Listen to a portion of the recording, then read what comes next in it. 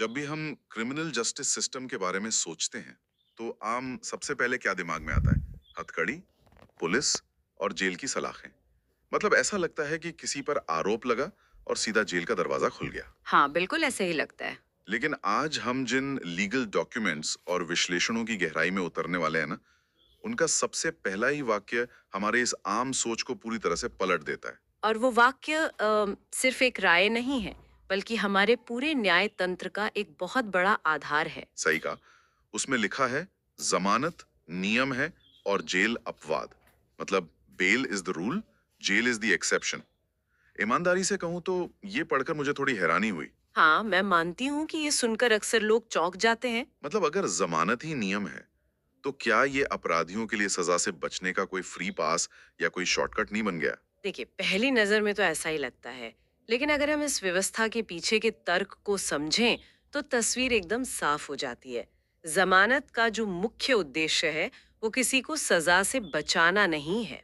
अच्छा, तो फिर इसका असली मकसद क्या है? हमारे कानून का मूल सिद्धांत ही ये है कि जब तक किसी व्यक्ति का दोष कोर्ट में साबित न हो जाए, तब तक वो निर्दोष है। जमानत बस ये पक्का करने का एक तरीका है कि वो व्यक्ति अपने ट्रायल के दौरान अदालत में मौजूद रहेगा। ओहो, मतलब बिना दोष साबित हुए किसी की आजादी छीन लेना न्याय नहीं है। बिल्कुल सही बात है। ठीक है, मैं समझ गया कि ये कोर्ट में पेश होने की एक गारंटी की तरह है। लेकिन कागजों पर ये जितना आसान लगता है, असल जिंदगी में तो हमेशा ऐसा नहीं होता होगा ना? मान लीजिए किसी पर कोई आरोप लगा और उसे गिरफ्तार कर लिया गया, तो फिर ये नियम कैसे लागू होता है? तो ऐसी स्थिति में काम आती है नियमित जमानत, या जिसे हम रेगुलर बेल कहते हैं। ये एक सामान्य प्रक्रिया है जहां मजिस्ट्रेट या अदालत ये तय करती है कि क्या व्यक्ति को ट्रायल पूरा होने तक बाहर रहने दिया जा सकता है। लेकिन जरा रुकिए, क्या हो अगर मुझे पहले से पता हो कि कोई मुझे किसी झूठे केस में फंसाने वाला है? क्या मुझे जमानत मांगने के लिए पहले पुलिस के आने और हथकड़ी पहनाने का इंतजार करना पड़ेगा? नहीं नहीं, आपको बिल्कुल इंतजार नहीं करना पड़ेगा। और यहीं पर अग्रिम जमानत यानी एंटिसिपेटरी बेल की भूमिका आती है। अगर किसी व्यक्ति को अपनी गिरफ्तारी की पक्की आशंका है, तो वो गिरफ्तारी से पहले ही अदालत जा सकता है। अरे वाह! ये तो काफी सही चीज है। हाँ, ये एक कानूनी ढाल है जो लोगों को बदले की भावना से दर्ज किए गए झूठे मुकदमों और फालतू की परेशानी से बचाती है। ये एक बहुत ही तार्किक बचाव है। पर एक और बात, जो मुझे आज के सोर्स मटेरियल में सबसे ज्यादा चौंकाने वाली लगी, वो है पुलिस की देरी पर मिलने वाला फायदा। आप डिफॉल्ट बेल की बात कर रहे हैं ना? हाँ, बिल्कुल। मैं इसे ऐसे देखता हूँ कि जैसे ऑफिस में अगर मेरा बॉस तय डेडलाइन तक मेरी रिपोर्ट चेक करना भूल जाए, तो मुझे डिफॉल्ट रूप से उस प्रोजेक्ट में पास मान लिया जाए। ये तुलना तो एकदम सटीक बैठती है इस स्थिति पर। क्रिमिनल लॉ में पुलिस के पास अपनी जांच पूरी करके चार्जशीट दाखिल करने के लिए एक तय समय सीमा होती है। मतलब एक तरह का काउंटडाउन चलता रहता है। बिल्कुल। और अगर पुलिस उस डेडलाइन तक जांच पूरी नहीं कर पाती, तो अदालत आरोपी को अपने आप रिहा कर देती है। यानी सिस्टम की सुस्ती की सजा आरोपी को नहीं मिल सकती। क्या बात है! लेकिन क्या हुआ अगर स्थिति और भी उलझी हुई हो? मान लीजिए मैं मुंबई में हूँ, लेकिन मेरे खिलाफ वारंट दिल्ली में निकला है। मैं पूरा सहयोग करना चाहता हूँ, लेकिन जैसे ही मैं स्टेशन या एयरपोर्ट पहुंचूंगा तो मुझे गिरफ्तार कर लिया जाएगा ना? ऐसे ही मामलों के लिए ट्रांजिट जमानत का प्रावधान बनाया गया है। ये एक बहुत ही सीमित समय की सुरक्षा होती है। तो इसका मकसद सिर्फ सफर करने की आजादी देना है? हाँ, बिल्कुल।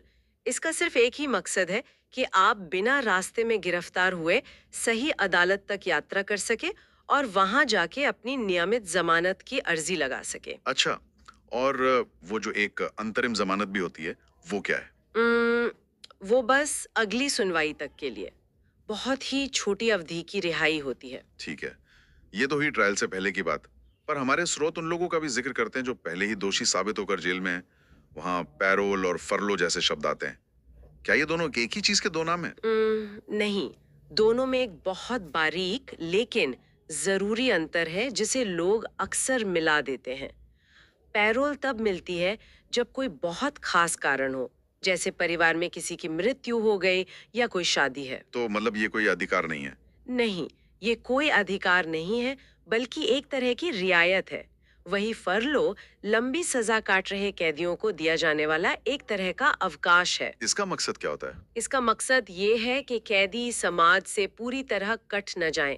ये उनके सुधार और समाज में वापसी की प्रक्रिया का एक बहुत महत्वपूर्ण हिस्सा है। अच्छा, और इसी इंसानियत के नजरिए से गंभीर बीमारियों में मेडिकल बेल भी दी जाती होगी। हाँ, एकदम सही पकड़ा आपने। तो इन सभी प्रक्रियाओं का एक ही निचोड़ है जो आज की हमारी चर्चा में बहुत स्पष्ट रूप से उभर कर आता है कि न्याय लोगों को जेल में रखने के बारे में नहीं है, बल्कि निष्पक्षता सुनिश्चित करने के बारे में है। 100%।